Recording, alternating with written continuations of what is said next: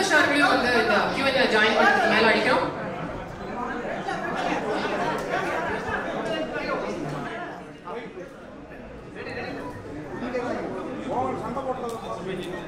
Yeah. Can we begin?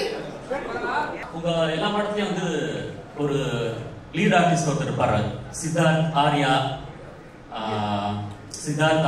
Vinay அந்த மாதிரி. இதுல ஏன் அப்படி இல்லை?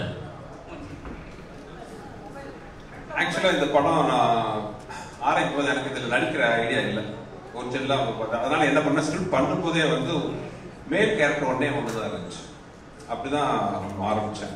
நான் ஸ்கிரிப்ட் ஃபுல்லா முடிக்கும் போது ஆக்சுவலி ஒரிஜினலா வந்து ஒரு ஹீரோ தான் நடிக்கிறதா இருந்துச்சு. அது யாருன்னு தெரியும், மிஸ்டர் விஜய் சேதுபதி. பட் கொஞ்சம் சின்ன இஷ்யூ ஆச்சு. அவரும் ரொம்ப ஃபீல் பண்ணாரு. நான் ஏன்னா அந்த குறுகிய காலத்துல ரொம்ப க்ளோஸ் ஆகிட்டோம். We are both looking forward to work with each other. But சின்ன ஒரு டேட் கிளாஷ் ஆகிடுச்சு. அந்த டேட் மாத்தினா இங்க இருக்கிற எல்லா ஆர்டிஸ்டும் ஆல்ரெடி நான் டேட் வாங்கி வச்சேன் ஃபைன் பண்றதுக்கு. ஸோ டேட் மாற்ற முடியாத ஒரு சுச்சுவேஷனா இருந்துச்சு.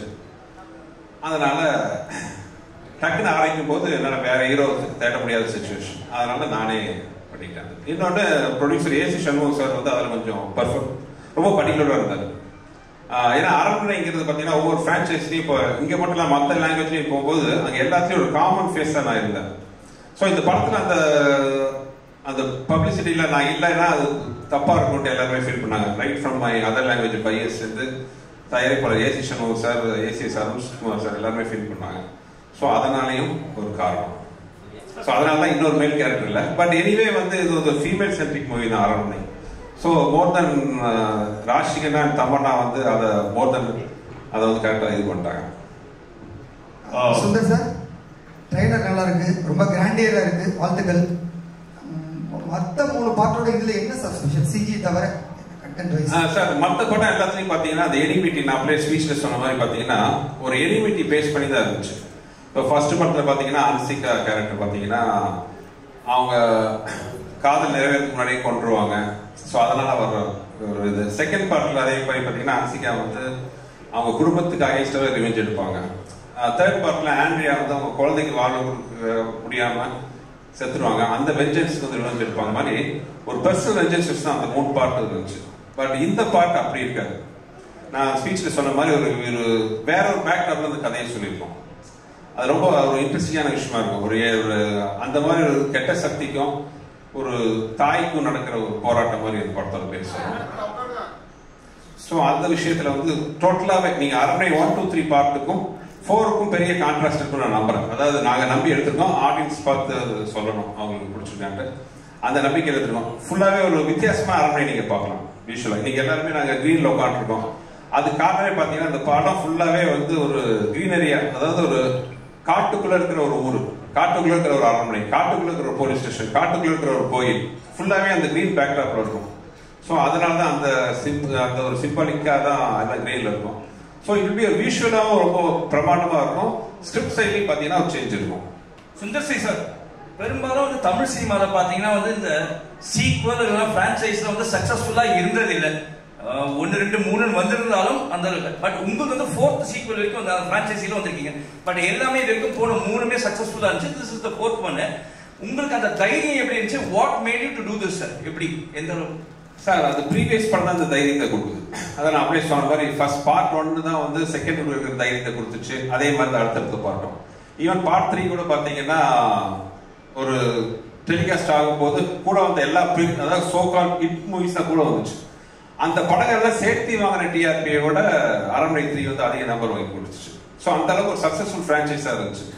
ஸோ அந்த சக்சஸும் இப்போ நான் எங்க போனாலும் என்ன நான் அதிகமா எதுக்கு நான் ஃபேஸ் பண்ற கொஸ்டின் என்னன்னு பாத்தீங்கன்னா அடுத்த அரண்மனை எப்போ தான் கேட்பாங்க. எஸ்பெஷலி லேடிஸ், குழந்தைங்க, சின்ன பசங்க எல்லாருமே கேட்பாங்க. ஸோ அதுவே ஒரு பெரிய ஒரு விட்டமின் டானிக் மாதிரி இருந்துச்சு. So that is the reason for the 4. Sir Sundar C sir, அரண்மனை சார் இங்க சார் அரண்மனையை விட்டு வெளியே வர மாட்டேங்கிறீங்க. ராஜாவா இருக்கிறது சௌகரியமா இருக்குங்கிறதுனாலயா இல்ல ராணிகளை மட்டும் பார்த்துட்டு நம்மளே ராஜாவா இருக்கலாம்ங்கிற எண்ணத்தினாலயா? கேட்க நல்லா தான் இருக்கு. அப்படி இல்லை. ஆக்சுவலி நடுவில் நிறைய படம் பண்ணிட்டு தான் சார் இருக்கேன். நீங்க ஒரு பாத்தீங்கன்னா கிட்டத்தட்ட அரண்மனை 1 வந்து ஐ திங்க் 2013 வந்துச்சு. இப்போ 2024 வந்து 4th பார்ட் வருது. இதுக்கு நடுவில் நான் ஒரு கிட்டத்தட்ட 7-8 படத்துக்கு மேல நான் பண்ணியிருக்கிறேன்.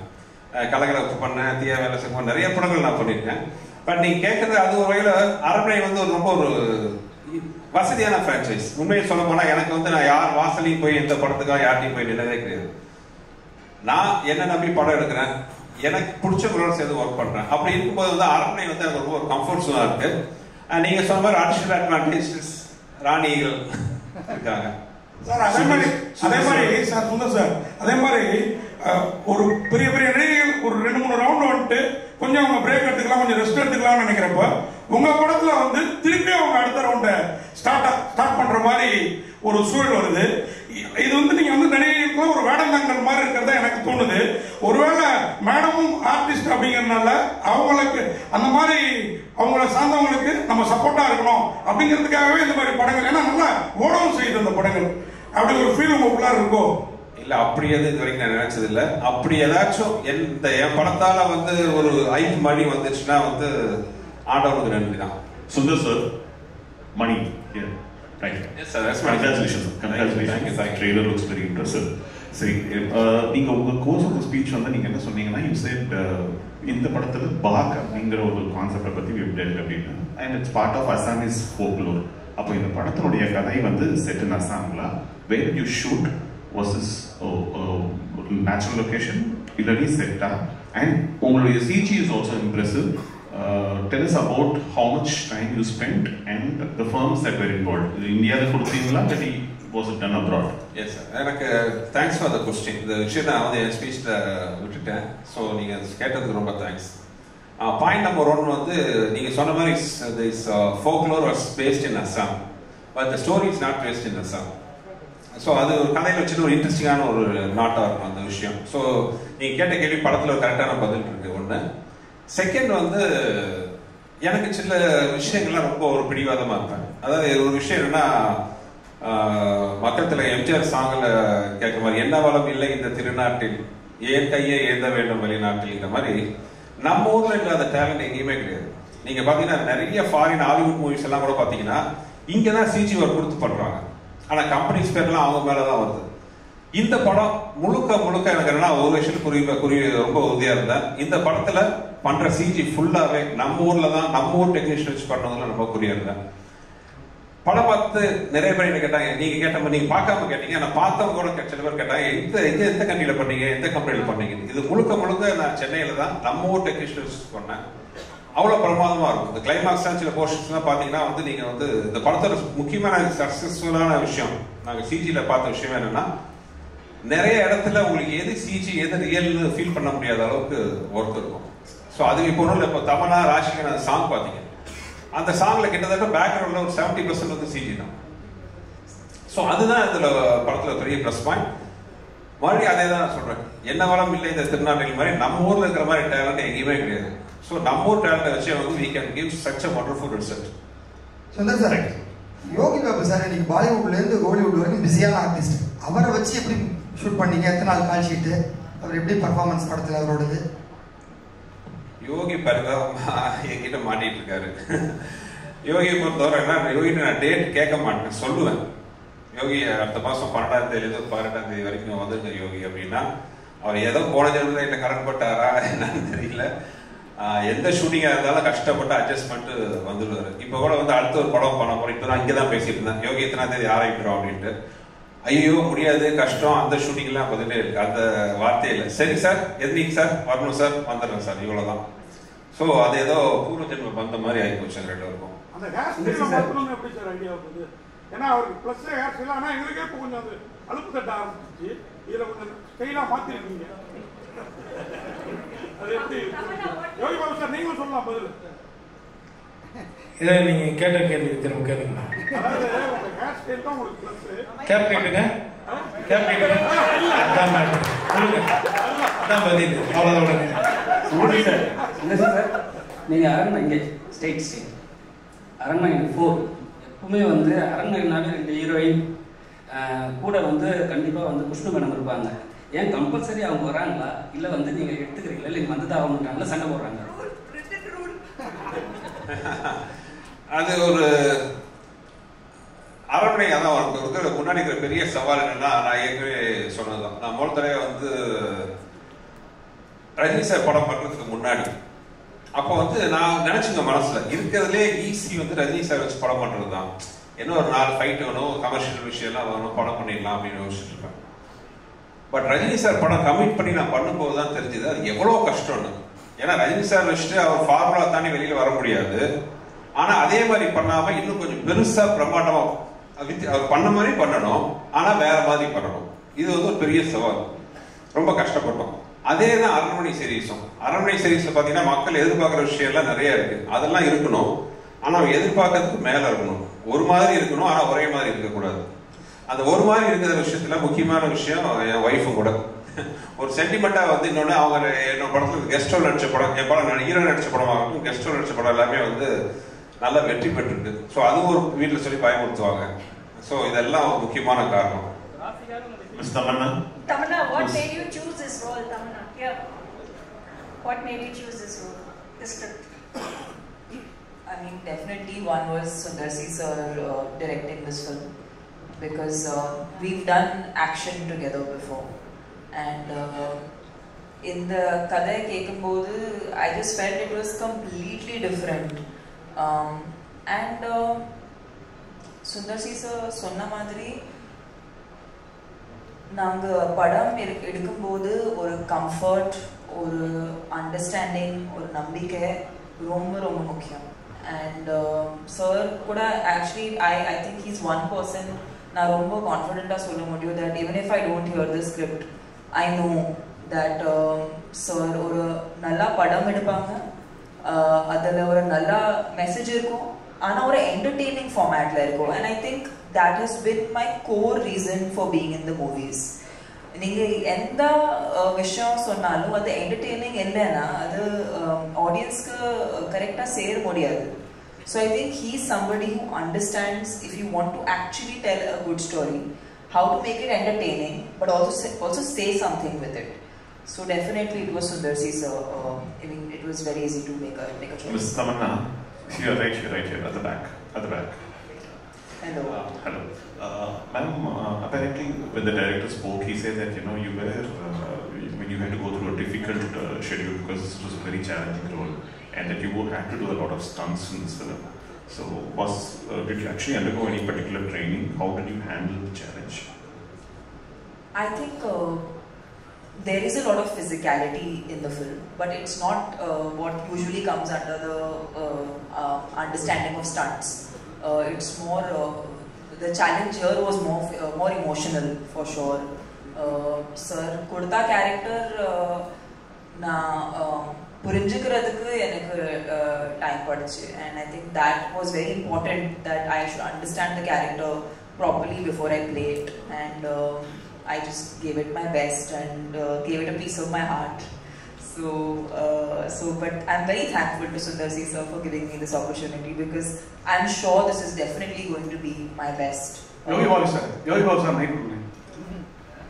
sir சொல்லுங்க சார். சுந்தர்சி சார் படத்துல கவுண்டமணி நடிச்சாரு, வடிவேல் சார் நடிச்சாரு, சந்தானம், நீங்க 4வது தலைமுறையா நடிக்கிறீங்க. ஆனா இப்போ உள்ள சமீப கால படங்கள்லாம் நாங்க தியேட்டர்ல சிரிச்சே ரொம்ப நாள் ஆயிடுச்சு. அவர் படம்லாம் விழுந்து சிரிப்போம், வயிறு வலிக்க சிரிப்போம். தியேட்டர்ல காமெடியும் இல்லை, ட்ராக்கும் இல்லை, ரொம்ப மைனஸ் ஆயிடுச்சு. அதுக்கு என்ன சென்சார்ல நீங்க கொஞ்சம் ஹெல்ப் பண்ணுங்க போயிட்டு. ஏன்னா கவுண்டமணி சார் ஒரு நேரத்தில் வந்து டே கோமெடி தடையா அந்த தடையா இந்த தடையா சொன்னார், எல்லாம் சிரிச்சோம். இப்போ டேனால அது சென்சார்ன்றாங்க, அதை நீங்க முதல்ல கரெக்ட் பண்ணிட்டு வந்தீங்கன்னா கரெக்டாக. தேங்க்யூ. சுந்தர்சி சார், இந்த பேய் படத்துல பெரும்பாலும் உலக லெவல்ல கிளாமரே இருக்காது. ஆனா உங்க படத்துல மட்டும்தான் இந்த பேய் படத்துல கண்டிப்பா எல்லா படத்துலும் ஒரு கவச்சி இருக்கு. இந்த ஃபார்முலாவை நீங்க எங்க கண்டுபிடிச்சீங்க? மீனாட்சி, ஃபர்ஸ்ட் இந்த பாட்டு எல்லாம் இருக்கா இருக்குன்னு கேட்கறது நீங்க தான். மைக்க புடிச்சிட்டு இல்ல அரண்மனை வந்து நான் ஃபர்ஸ்ட் எடுக்க பிளான் பண்ணது என்னன்னா, வழக்கமா ஆரம்ப படம்னு என்ன இருக்கும், ஒரு பாலடைஞ்ச பங்களா, டார்க், ஒரு பயப்படுத்துற மாதிரி ஒரு அழகா, இந்த பேய்னாலே ஒரு பயம். நான் இந்த formula I want to break it. அரண்மனைனா ஏன் பேய் படம்னா ஒரு கலர்ஃபுல்லா இருக்கக்கூடாதா, கிராண்டியரா இருக்கக்கூடாதா, நல்லா அழகான ஃபேஸஸ் இருக்கக்கூடாதா, அந்த பேயா வர அந்த ஆர்டிஸ்ட் அவங்களே அழகா இருக்கக்கூடாதா, இதெல்லாம் தான் காரணம். இன்னொன்னு, என்னோட படங்கள் பேசிக்கா அழகியல்.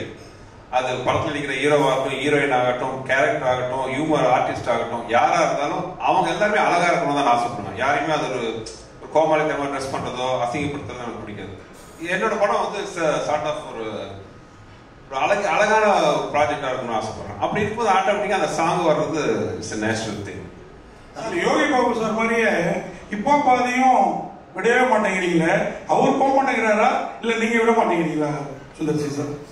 நல்லா இருக்குது காம்பினேஷன். 2 பேரும் ஒன்னா இருந்ததுல என்னங்க பிரச்சனை? அதனாலதான் கேட்கறாரு உங்க வாயில இல்ல. இப்ப தபலா, ராஷிகண்ணா, யோகி, VTV எல்லாருமே நான் கன்வின்ஸ் படம் பண்றேன். நீங்க இந்த ஸ்டேஜ்ல இருக்கிற எல்லாருமே பாத்தீங்கன்னா எனக்கு தெரிஞ்சு சந்தோஷ் பிரதாப் மட்டும் தான் இப்போ ஃபர்ஸ்ட் டைம் வந்திருக்காரு. இனி அவரும் பாத்தீங்கன்னா எல்லா இடத்துலயும் வருவார். எனக்கு அந்த கம்ஃபர்ட் ஜோன்ங்கிறது ரொம்ப பிடிக்கும். என்ன புரிஞ்சுக்கிட்ட ஆர்டிஸ்ட் கூட, புரிஞ்சுக்கிட்ட டெக்னீஷியன்ஸ் கூட, இப்போ கேமராமேன் ஆகட்டும், என் கூட ஒர்க் பண்ற ப்ரொடக்ஷன்ல இருக்காரு பாலகோபி ஆகட்டும், நீங்க எல்லாருமே பாத்தீங்கன்னா பிகினிங்லேருந்து என் கூட ஒர்க் பண்றவங்க தான். ஸோ விச்சு இருக்காரு, என் முதல் படத்துலேயே என் கூட தான் இருக்காரு. So it's natural process. கோவிசல், ஆமா உங்களுக்கு தான் ஒரு கேள்வி. கவுண்டமணி சார் முதல் யோகி பாபு வரை உங்களுடைய இந்த காமெடி பயணம் எப்படி இருந்தது சொல்லுங்க கொஞ்சம் குறிப்பிட்டு ஒவ்வொருத்தரை. நான் ஆரம்பத்துல இருந்து இப்போ வரைக்கும் நானா தான் இருக்கேன். என்ன மாத்துறது வந்து இயக்குனர்கள் கையில இருக்கு. ஸோ அவங்க என்கிட்ட என்ன மாதிரி வேலைகள் வேணும்னு கேட்குறாங்களோ அதை அவங்களுக்கு பிடிச்ச மாதிரி நான் செய்கிறேன். அதுதான் அன்னையிலேருந்து இன்னைக்கு வரைக்கும் என்னுடைய டிராவலுக்கு ஒரு காரணம். மேல் ஆர்டிஸ்ட் பத்தி சொல்லுங்க, காமெடி நடிகர்கள் உங்க கூட நடிச்சவங்களை பத்தி. கவுண்டமணி சார் முதல் யோகி பாபு வரை எல்லாருமே டேலண்டட் பர்சன்ஸ். அதான் சொல்றேன், இப்போ காமெடியா வந்து சாதாரணமா எல்லாரும் டக்குன்னு காமெடி ஆர்டிஸ்ட் சொல்லிட்டு வர முடியாது.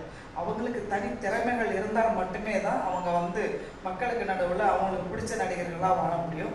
அப்படி இருக்கிற பட்சத்தில் கவுண்டமணி சார்லேருந்து இன்னைக்கு யோகி பாபு அவர் வரைக்குமே வந்து உங்களுக்கு பிடிச்சதுனால தான் இப்போ அவரை பற்றி என்கிட்ட கேட்குறீங்க, சரியா? உங்கள் எல்லாருக்கும் அவரை பிடிக்குது இல்லையா? அப்போ அவர்கிட்ட ஏதோ ஒரு திறமைகள் இருக்குது. திறமைகள் இல்லாமல் யாருமே வந்து காமெடி நடிகராக வர முடியும். நீங்க வந்து தேவி படத்துல வந்து ஏற்கனவே இந்த மாதிரி ஒரு கேரக்டர் பண்ணிருக்கீங்க. அதுல இருந்து இது எப்படி டிஃப்ரெண்டா இருக்கும்? தேவிக்கும் இந்த படத்துக்கும் கனெக்ஷனே கிடையாது actually. I think the genre is the same. It's a horror comedy. But அது தவிர கனெக்ஷனே கிடையாது. பெங்கால் டைகர் 2 பேரும் சேர்ந்து பண்ணியிருக்கீங்க. ஸோ இந்த படத்துலையும் சேர்ந்து ஆக்ட் பண்ணியிருக்கீங்க. நீங்கள் ஸ்டேஜில் பேசும்போது சொல்லியிருந்தீங்க எனக்கு ரொம்ப கம்ஃபர்ட் ராஷிகண்ணா, ஸோ எல்லா விஷயத்தையும் ஷேர் பண்ண முடியும் அப்படின்னு. ஸோ வேறு இந்த செட்டில் வேறு யார்கிட்டையும் நீங்கள் ஷேர் பண்ண விஷயங்கள் இருக்கா? அவங்க தான் ரொம்ப கம்ஃபர்ட்டாக இருந்தாங்களா? I think you'll have to see the film because I mean I don't know the only to add something. The thing is Raashi நானும் கண்டிப்பா இந்த படத்துக்கு அப்புறம் நிறைய பேர் நமக்கு மெனி மோர் காம்பினேஷன் ஹீரோஸ்க்கு இப்படி காம்பினேஷன் இருக்கும். அந்த மாதிரி ஐ எம் ஹோப்பிங் இந்த படத்துக்கு அப்புறம் நாங்க 2 பேருக்கும் காம்பினேஷன் வச்சுக்கிட்டு இன்னும் நிறைய படங்கள் எடுப்பாங்க. Because I think the most important thing is both of us are very secure actors. And Rashi oda journey na paathiruken ரொம்ப இன்ஸ்பைரிங்காக இருக்குது. ஏன்னா இந்த மேடையில் வந்து இவ்வளோ தமிழ் பேசுறது, இவ்வளோ அவங்களோட டெடிகேஷன், அவங்களோட ஃபிட்னஸ் பற்றி இருக்கலாம், அவங்களோட பேசுகிற டைலாக்ஸ் பற்றி இருக்கலாம், அந்த மாதிரி டெடிகேஷன் நான் பார்த்ததே இல்லை இந்த recent times. It matches her. Not even true. No. I think she's so much of her own, and I get inspired by her.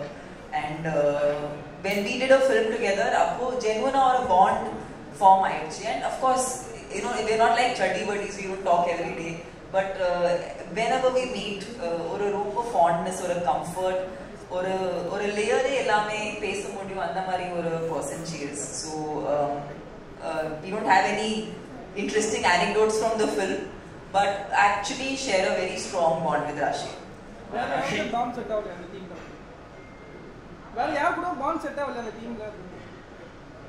We were working, sir. There was no time for making bonds. Raashi, நீங்க south சினிமால அதிகமா உங்களை பார்க்க முடியல இப்போ, இந்த மாதிரி என்ன காரணம்?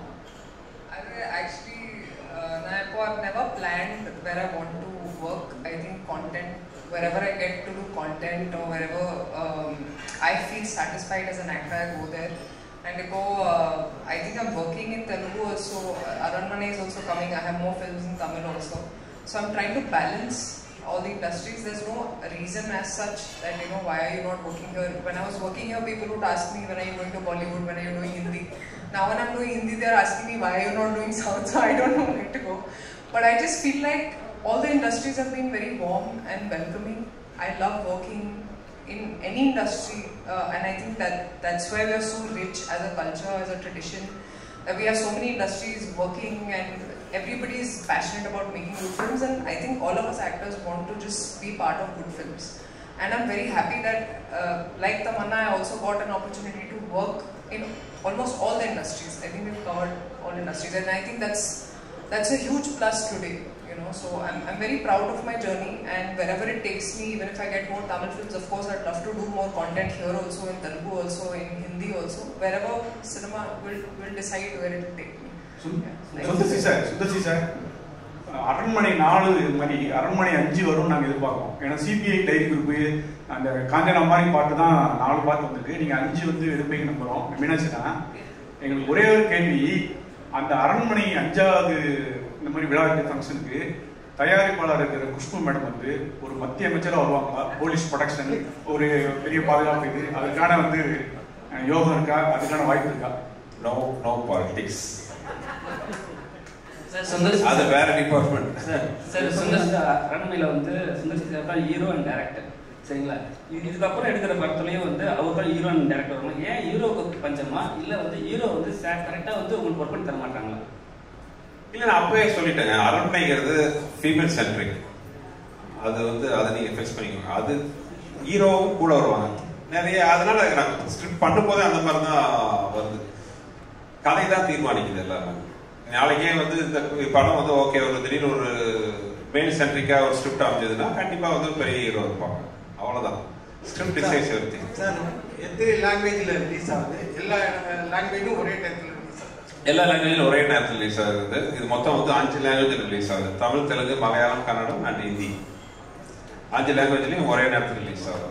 டேரக்டர் சார், அது மாதிரி நீங்க ஃபிளைட்ல போறப்பையும் ஒரு பெண் குழந்தை தான் கேட்டது, வரப்பையும் ஒரு பெண் குழந்தை தான் கேட்டது. நீங்க ஆக்சுவலா இந்த மாதிரி படங்கள் வந்து குழந்தைங்க எல்லாருக்குமே பிடிக்கும். ஏன் எங்களை மாதிரி ஒரு சைல்டு வச்சு ஆண் குழந்தைங்க யாரும் கேட்கலையா? அவங்கள்ட்ட படம் எப்போ பண்ணுவீங்க? நான் அப்படி செட்டப் பண்ணல. போகும்போது பொண்ணு செட்டப் பண்ணிட்டு போகும்போது பொண்ணு வரும்போது ஆம்பளைன் வரும்.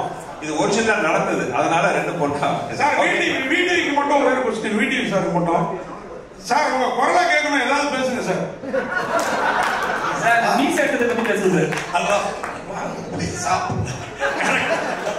நன்றி நன்றி நன்றி, வாழ்த்து. ஏதாவது இருக்கா? முடிச்சுக்கலாமா sir? Sundar C sir last question இதோட முடிச்சுக்கிறோம் சார். ஒரே சார், கமல் சார் ஃபேன்ஸ் எல்லாருமே வெயிட் பண்றது பாத்தீங்கன்னா வந்து மருதநாயகம் அந்த படத்துக்காக தான். அதே மாதிரி உங்க ஃபேன்ஸ் வெயிட் பண்றது பாத்தீங்கன்னா மதகத ராஜா எப்போ வரும் அப்படிங்கறத பத்தி தான். ஸோ அந்த படம் வருமா, ஏதாவது ஹேப்பனிங் இருக்கா? ப்ரொடியூசர் அட்ரஸ் உங்களுக்கு தெரியும், நேராக போய் அவர்கிட்ட கேளுங்க. எனக்குலாம் நான்லாம் தெரியும், உண்மையே சொல்றேன். அந்த படத்தை காசு கொடுத்து நாங்களே வாங்கிக்கிறோம். நானும் விஷால கூட கெஞ்சி பார்த்துட்டோம். 2013 பண்ண படம் இப்போ வந்தாலும் அந்த படம் அவ்வளோ என்டர்டெயின்மெண்ட்டா சூப்பரா இருக்கும். என்ன காரணம்னு தெரியல. இத்தனைக்கும் அந்த ப்ரொடக்ஷன் அவர் ப்ரொடியூசரோட ப்ரீவியஸ் கடனால இந்த படத்தை ஓட் பண்ணி வச்சுட்டாரு. இந்த படத்து மேல கடன் இருந்தா எங்க மேல தப்புன்னு ஃபீல் பண்ணலாம். இந்த படம் இப்போ ப்ராஃபிட்டபிளா ரிலீஸ் ஆகுதுக்கான அத்தனை சாத்தியக்கூறு இருக்கு. நானும் விஷாலுமே கேட்டு பார்த்துட்டோம்.